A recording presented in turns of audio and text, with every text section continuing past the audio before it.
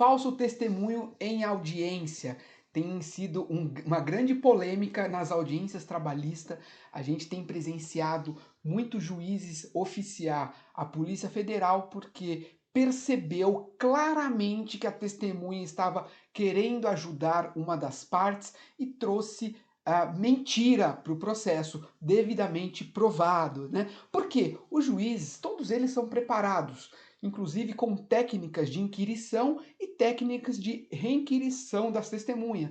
E é muito importante que tem um certo limite, porque a testemunha pode ter dificuldade de lembrar de fatos, de datas, pode ter lapso de memória, pequenas contradições, porque muitas vezes o juiz está fazendo uma pergunta ali, a testemunha está nervosa na frente do juiz. Às vezes o fato ocorrido foi de 3, 4 anos atrás, e ali repentinamente, em poucos segundos, a testemunha tem que responder. Então pode causar sim algumas imprecisões, pode causar contradições que é completamente tolerável. Esses lapsos de memória vai servir para o magistrado justamente para ele afastar o depoimento da testemunha que não transmitir confiabilidade. Então ele vai valorar pouco ou muito essa testemunha, que traz contradição, que traz lapsos de memória ou não se recorda de muitos fatos narrados. Porém, que é muito diferente, isso que eu acabei de falar, de um crime de falso testemunho. Principalmente o crime de falso testemunho, ele deve ser claro e notadamente com o objetivo de ajudar uma das partes. Então vamos dar um exemplo aqui. O reclamante está falando que entrou 8 horas da manhã. Ele sempre entrou, todo mundo, as testemunhas, falou que 8 horas da manhã. Vem uma testemunha, falou que presenciava ele cabalmente entrando às 11 horas da manhã. E que presenciava todos os dias, ele entrava todo dia, e as outras testemunhas tinham certeza que ele entrava às 8. A reclamada junta espelho de ponto que ele entrava às 8. Só aquela testemunha que fala que ele entrava às 11. Então, isso pode levar a um crime de falso testemunha. O juiz repergunta para ela e ela continua afirmando. Isso pode ensejar um crime de falso testemunho. Inclusive, está previsto lá no artigo 343 do Código Penal. E a pena é de 3 a 4 anos de reclusão. Então, é uma pena dura, é uma pena severa. E também tem multa. Então, além da pena de reclusão, tem uma pena de multa. E lembrando, o magistrado, ele pode fazer a prisão em flagrante ali na audiência? Pode. Por que pode? Porque está disciplinado no artigo 301 do Código de Processo Penal, que qualquer pessoa pode fazer a prisão em flagrante. Não é só o magistrado, qualquer pessoa. Porém, para o magistrado fazer essa prisão em flagrante, ele tem que dar a oportunidade da testemunha se retratar antes da sentença.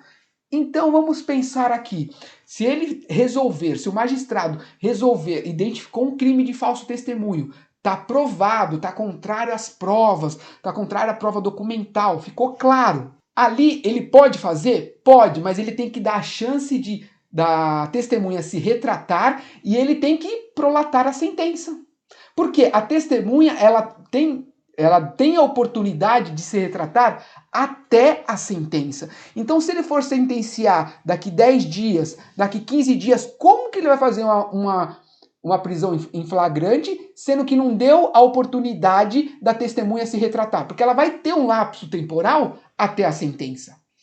Deu para entender? Então, para respeitar o direito do contraditório e a ampla defesa, instantaneamente o juiz vai aplicar a prisão em flagrante. Então ele fala assim, vou te dar chance de retratar e vou sentenciar o processo. Vai adiantar o mérito. Sentenciou o processo na mesa, na audiência, faz a prisão em flagrante. Então percebe que é muito mais complexo. Agora, a prática, o que tem acontecido?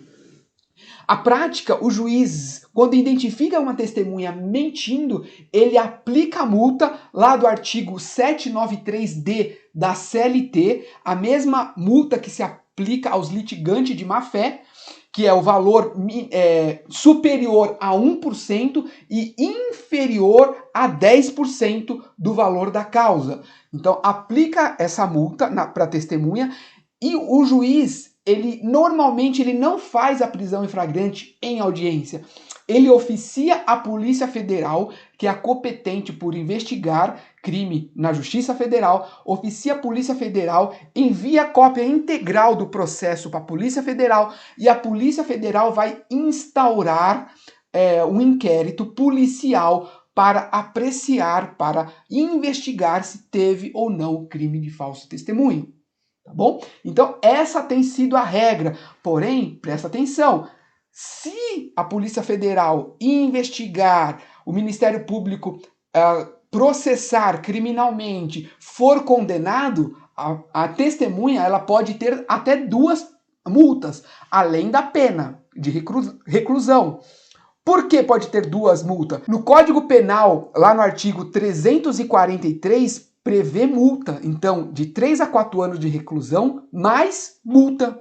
E o juiz da Justiça do Trabalho também pode aplicar uma multa de, no mínimo, 1 e no máximo inferior a 10% do valor da causa. Então, pode-se sair muito caro para a testemunha que mente em juízo, tá? Então, tem que ser aquela mentira claramente com vontade de ajudar, não é pequenas contradições. Imagina só, você consegue lembrar detalhes que aconteceu no seu trabalho há 3, 4 anos atrás? Com riqueza de detalhe, roupa, você pode até lembrar, mas nem todas as pessoas lembram. Então tem que ter uma certa tolerância aí. Então o que eu tenho visto é de juiz oficiar. Aí nasce o segundo problema. Combinado? Esses foram alguns esclarecimentos fundamentais sobre o crime de falso testemunho em audiência trabalhista. Tome cuidado, você que é advogado, para jamais permitir ou insinuar que sua testemunha minta. E quem está na qualidade de testemunha, não caia nessa pegadinha de querer ajudar alguma das partes, porque pode sair muito caro. Não vale a pena. Mentir é feio, ele é crime e pode ser multado.